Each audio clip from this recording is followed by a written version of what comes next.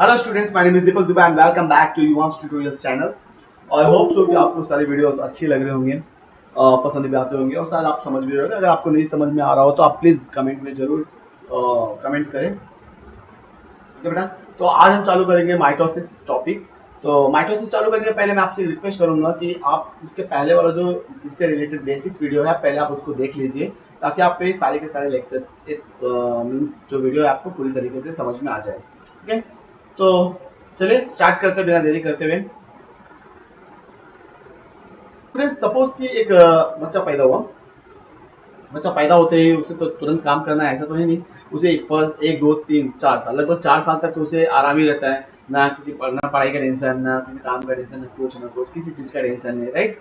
सिर्फ एंजॉय करता है, लाइफ रेस्ट करता है। लेकिन जैसे वो 4 साल का होता है, नर्सरी में एडमिशन लेता है। नर्सरी में एडमिशन लेने के बाद फिर चालू हो जाता है प्रेशर। होमवर्क क्या क्या, क ख ग घ सीखना, 1 2 3 सीखना, ABCD सीखना। फिर धीरे धीरे जूनियर सीनियर, फिर 1 2 first second third fourth 10th तक जाना है। 10th में आने के बाद उसका बोर्ड का टेंशन जैसे आपको है, राइट।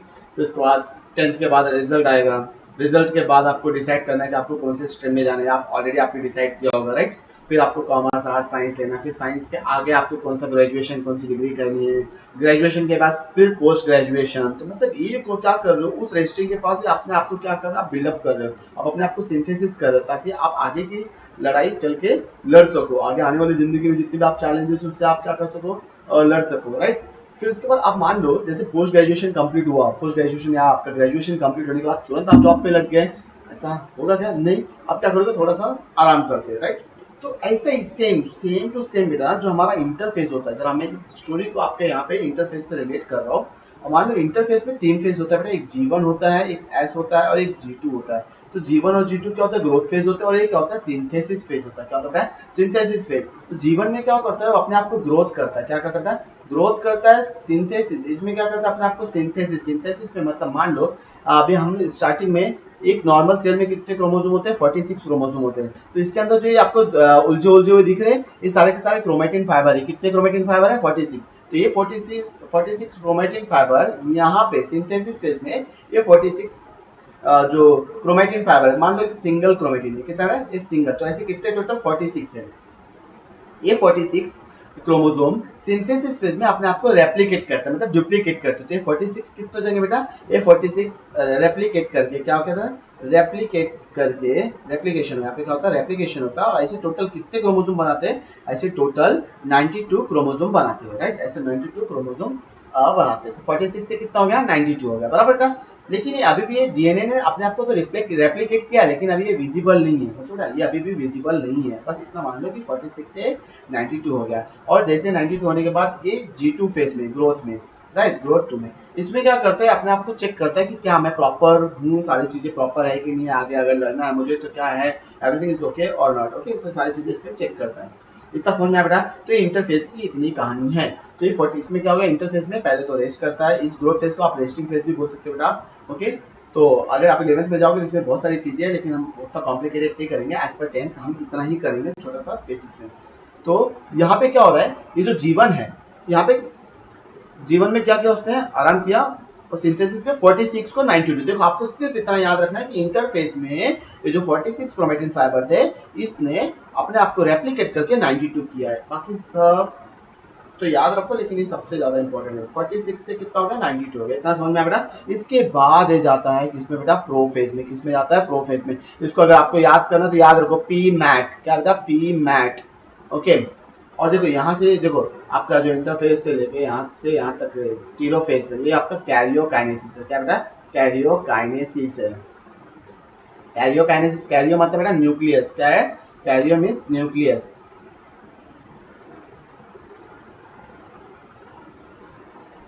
सॉरी, एक मिनट में अच्छे से लिखो इसको। न्यूक्लियस, काइनेसिस मतलब डिवीजन, ओके बेटा। तो यहां से लेके ये देखो, ये प्रोफेज, मेटाफेज, एनाफेज, टीलोफेज, ये सारे के सारे किस में आते हैं, कैरियोकाइनेसिस में। देखो यहाँ पे 2 न्यूक्लियर डिवीजन हो रहा है। और इसके बाद जो ये फाइनल होता है बेटा, ये साइटोकाइनेसिस। क्या बेटा, साइटोकाइनेसिस। साइटो मतलब क्या, सेल, और काइनेसिस मतलब डिवीजन। तो फाइनली देखो एक सेल से फाइनली दो सेल में डिवीजन हुआ, राइट। तो यहाँ पे सेल डिवीजन हुआ, इतना समझ में आया बेटा आपको, अच्छे से समझ में आया। ओके ठीक है, देखो यहाँ पे इंटरफेस, इंटरफेस के बाद कौन सा फेज है बेटा, प्रोफेज। प्रोफेज में सिंपल सा आपको याद रखना है, देखो जल्दी जल्दी वीडियो बनाएंगे, जल्दी जल्दी इसमें खत्म करेंगे, बाकी आपको नोट्स पॉज करके बार बार क्या करना, लिख लेना अच्छे से। यहाँ पे मान लो ये आपका न्यूक्लियर सॉरी सेल मेम्ब्रेन है क्या बेटा, सेल मेम्ब्रेन है, मैं थोड़ा सा इसकी थिकनेस से कम कर देता हूँ। सेल मेम्ब्रेन है, सेल मेम्ब्रेन के अंदर क्या बेटा आपका एक न्यूक्लियस है, क्या बेटा ये आपका न्यूक्लियस है। न्यूक्लियस के ऊपर देखिए आपका न्यूक्लियर मेम्ब्रेन है,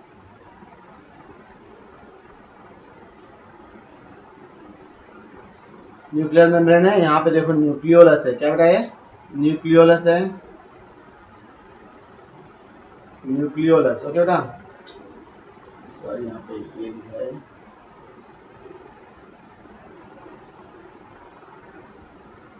ठीक है न्यूक्लियोलस।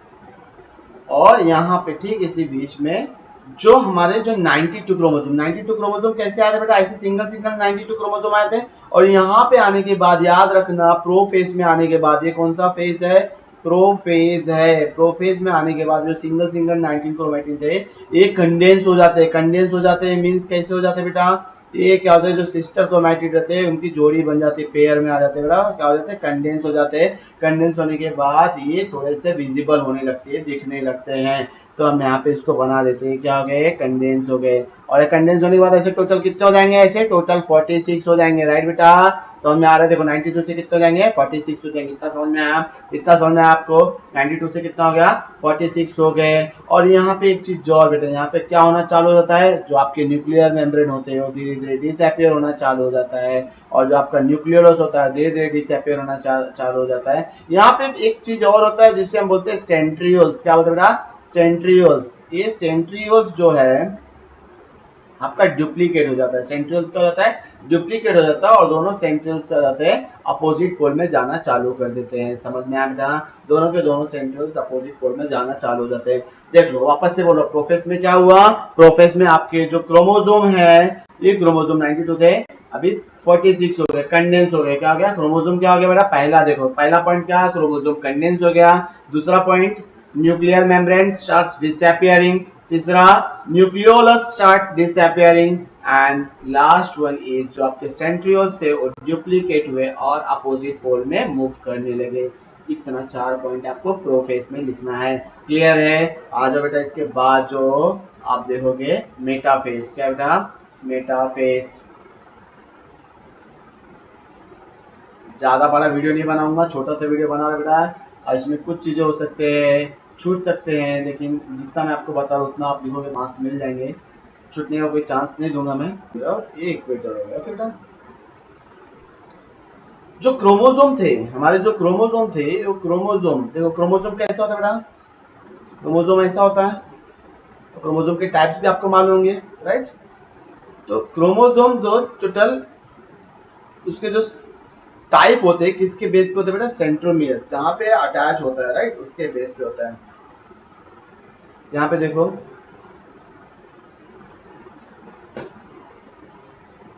ये जो सेंट्रोमियर है, इस सेंट्रोमियर के थ्रू जो क्रोमोसोम होते हैं ऐसे आके इक्वेटर पे अटैच हो जाते हैं। यहाँ पे मान लो हम कितने क्रोमोसोम ले रहे हैं बेटा, 3 क्रोमोसोम यहाँ पे ऐसे ऐसे टोटल कितने थे, 46 थे ना, ऐसे टोटल 46 इस सीक्वेंस में ऐसे अटैच रहेंगे। ओके बेटा, किसके थ्रू अटैच हो रहा है बेटा, यहाँ पे सेंट्रोमियर की वजह से, सेंट्रोमियर की वजह से यहाँ पे आके अटैच हो रहा है। ओके, और यहाँ पे आप देखोगे तो जो सेंट्रियोल्स है वो अपोजिट पोल में पूरी तरीके से चले गए होते हैं। ओके, इतना याद रखना। और जो सेंट्रियोल से क्या आ रहा है बेटा, सेंट्रियोल से अगर आप देखोगे तो यहाँ पे आ रहा है स्पिंडल फाइबर, क्या आ रहा है, स्पिंडल फाइबर। ये देखो, ये सेंट्रियोल से आ गया स्पिंडल फाइबर। ओके, ये स्पिंडल फाइबर जो रिलीज हुआ है सेंट्रियोल से, जाके कहाँ पे अटैच होता है, क्रोमोसोम के सेंट्रोमियर पे। और दोनों को अटैच कौन कराता है, ये देखो, ये क्या है आपका, ये आपका स्पिंडल फाइबर, क्या बेटा, स्पिंडल फाइबर।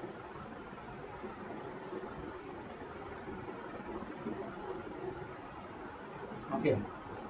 और ये क्या आपका सेंट्रियोल्स, आपको ऐसा लेबलिंग करना पड़ेगा। ये आपका क्रोमोसोम, ये जो छोटा सा दिख रहा है आपका ये सेंट्रोमियर, ये क्या है सर?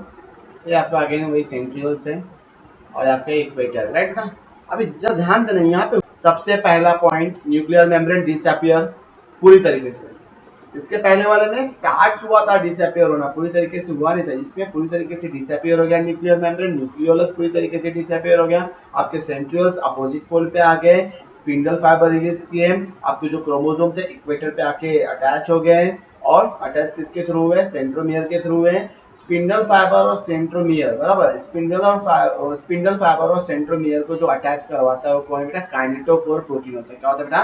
काइनेटोकोर प्रोटीन होता है जो स्पिंडल फाइबर को, इस स्पिंडल फाइबर को और ये जो आपके सेंट्रोमियर है दोनों को अटैच करवाता है। ओके बेटा, जो पूरी तरीके से उसको टाइट, एकदम टाइट पकड़ता है। Okay, understood? इतना समझ में आया? ये आपका था किसमें? आपका पॉइंट्स थे किसमें? मेटाफेज में।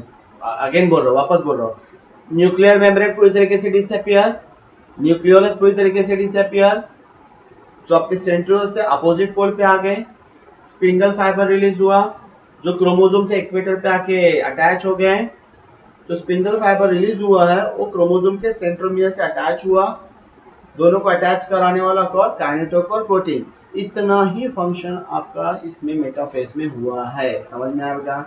इतना ही फंक्शन हुआ है। इसके आगे चले, इसके आगे बढ़े, समझ में आया इतना? कितना समझ में आया? अच्छा, एक चीज यार, यहाँ पे भी कितने क्रोमोसोम है? 46। ऐसे ऐसे कैसे वाले है बेटा? यहाँ पे 46 क्रोमोसोम कैसे है? ऐसे वाले टोटल 46 क्रोमोसोम है। ओके बेटा, इसको मैं अच्छे से बना देता हूँ।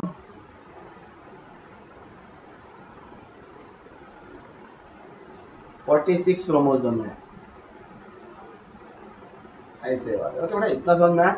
आगे आ जाओ, इसके बाद हम देखेंगे एनाफेज। क्या देखेंगे बेटा?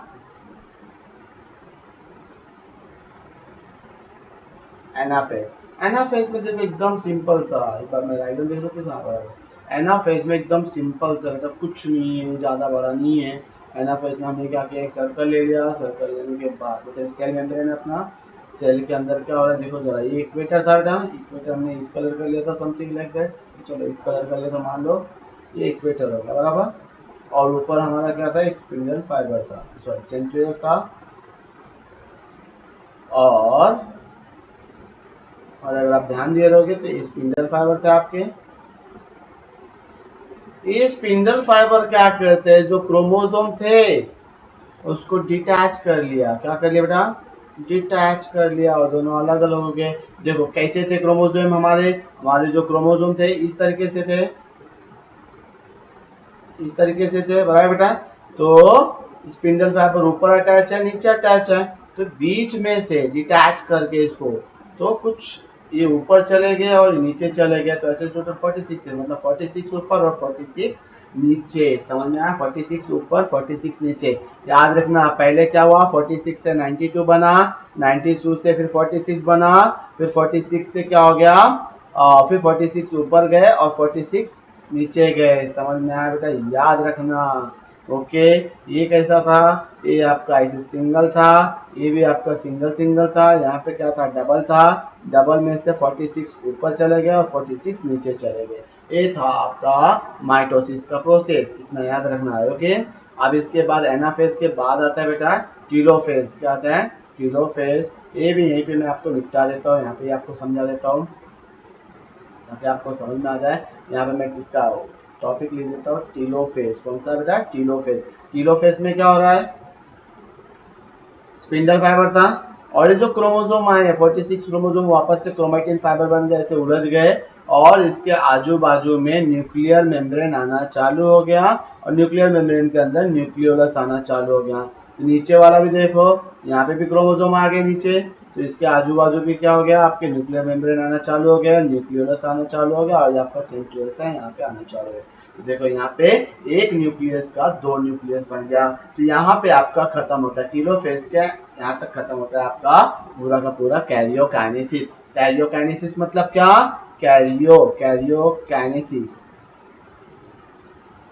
कैरियो मतलब न्यूक्लियस, क्या बेटा? कैरियो मतलब न्यूक्लियस, कैरियो मतलब न्यूक्लियस, और काइनेसिस मतलब डिवीजन। तो यहाँ पे समझ में आ बेटा कैरियो काइनेसिस किस तरीके से हुआ, ज्यादा कुछ नहीं था, सिंपल से एक रिवीजन ले लेता हूँ। प्रोफेस में क्या हुआ, जो भी इंटरफेस में 92 क्रोमेटिन फाइबर हुए थे और यहाँ पे आके कंडेंस हो गए, न्यूक्लियर मेम्ब्रेन डिसअपियर होना चालू हुआ, न्यूक्लियोलस डिसअपियर होना चालू हुआ, सेंट्रियोल्स डुप्लीकेट होकर अपोजिट पोल में जाना चालू किए। ओके बेटा इतना समझ में आया, सेंट्रियोल्स डुप्लीकेट होकर अपोजिट पोल में जाना चालू किए। उसके बाद मेटाफेज में अगर आप देखोगे बीच में इक्वेटर आ जाता है, सारे के सारे क्रोमोसोम सेंट्रोमियर के वजह से जाके अटैच हो जाते हैं इक्वेटर पे, सेंट्रियोल्स अपनी पोजीशन पे पहुंच जाता है, अलग अपोजिट पोल पे पहुंच जाता है, न्यूक्लियर मेम्ब्रेन पूरी तरीके से डिसअपियर हो जाता है, न्यूक्लियोलस पूरी तरीके से डिसअपियर हो जाता है, और आपके जो सेंट्रियोल्स होते हैं, सेंट्रियोल से स्पिंडल फाइबर रिलीज होता है और ये स्पिंडल फाइबर जाके आपके क्रोमोसोम के सेंट्रोमियर पे अटैच होता है, और अटैच कराने वाला कौन, काइनेटोकोर प्रोटीन। इसके बाद बेटा नेक्स्ट आता है एनाफेज। एनाफेज में सिंपल सा जो स्पिंडल फाइबर थे वो क्रोमोसोम को डिटैच कर दिए, तो 46 अप चला गया, 46 डाउन चला गया, अंडरस्टूड। और उसके बाद लास्ट टीलोफेज जो ऊपर वाले क्रोमोसोम थे, ओके, वो अभी क्या हो गए, धीरे धीरे उलझ गए, एकदम बोलते ना उलझ गए, एक दूसरे में उलझ गए, क्रोमैटिन फाइबर बन गए। ओके, पहले कंडेंस है ना, थिकनेस था, ये कैसे पतले पतले धागे जैसे उलझ गए। ओके, और इस ऊपर वाले 46 के आजू बाजू में न्यूक्लियर मेम्ब्रेन आ गया, न्यूक्लियोलस आ गया, और नीचे वाले जो क्रोमैटिन फाइबर थे उसके आजू बाजू न्यूक्लियर मेम्ब्रेन आ गया, न्यूक्लियोलस आ गया, और दोनों सेंट्रियोल्स एक एक न्यूक्लियस को एक एक सेंट्रियोल्स दे दिया गया। यहाँ पे आपका ये खत्म हुआ टीलोफेज। तो ये प्रोफेज से लेकर टीलोफेज तक आपका क्या हो गया, कैरियोकाइनेसिस। अब इसके बाद देखोगा, इसके बाद होता है साइटोकाइनेसिस। क्या बेटा, साइटोकाइनेसिस। तो हमने क्या देखा, हमने देखा बेटा कि यहाँ पे जो ये जो सेल था, ओके, अब इसके अंदर हम देखे थे दो सेल, ओके बेटा, इसके अंदर हम देखे थे दो सेल, दो न्यूक्लियस देख लीजिए, क्या देख लीजिए बेटा, दो न्यूक्लियस देख लीजिए। चलो अब इसके अंदर हम देख लेते क्या, ये ऐसे क्रोमैटिन फाइबर हो गया, ओके, ये इसके अंदर क्रोमैटिन फाइबर हो गया, और यहाँ पे ये हो गया न्यूक्लियोलस, ये हो गया इसका न्यूक्लियोलस, ये हो गया इसका सेंट्रियोल्स, और ये हो गया इसका सेंट्रियोल्स। ओके बेटा, ये अभी यहाँ पे क्या होता है, यहाँ से प्रेशर आना चालू होता है इस सेल के ऊपर, जो नोच बोलते हैं, क्या बोलते हैं, नोच। तो ये किस तरीके से हो जाता है, ये कुछ टाइम बाद चल के इस तरीके से हो जाता है, एक नोच आने की वजह से बीच में ऐसे थोड़ा सा बीच में पुश होने की वजह से इस पोजीशन में आ जाता है, इस शेप में आ जाता है, और यहाँ पे जो इसकी सेल रहते हैं पूरी तरीके से ऐसे ही रहते हैं, उसके अंदर कोई चेंजेस नहीं है। यहाँ पर nucleolus, centrioles, chromatin fibre. Okay, फिर धीरे धीरे नोच बढ़ते जाता है, बढ़ते जाता है, एक समय आता है, एक समय के बाद क्या होगा, ये आपका पूरी तरीके से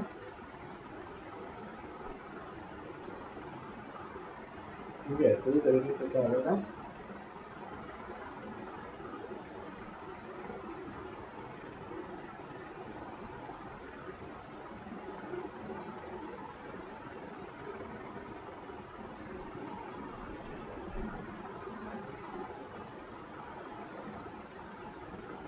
दो अलग अलग सेल में डिवाइड हो जाते हैं, दो अलग अलग सेल में क्या हो जाता है, डिवाइड हो जाते हैं। ये आपका क्या होगा, न्यूक्लियस, ये सेंट्रियोल्स, ये न्यूक्लियोलस, और ये सेंट्रियोल्स, और ये आपके सारे के सारे क्रोमैटिन फाइबर। तो यहाँ पे क्या होगा, ये पूरी तरीके से साइटोप्लाज्म सामने आ रही है, पूरा का पूरा क्या होगा, साइटोकाइनेसिस। यहाँ पे division of cell, cyto means क्या, cell, and kinesis means division, division.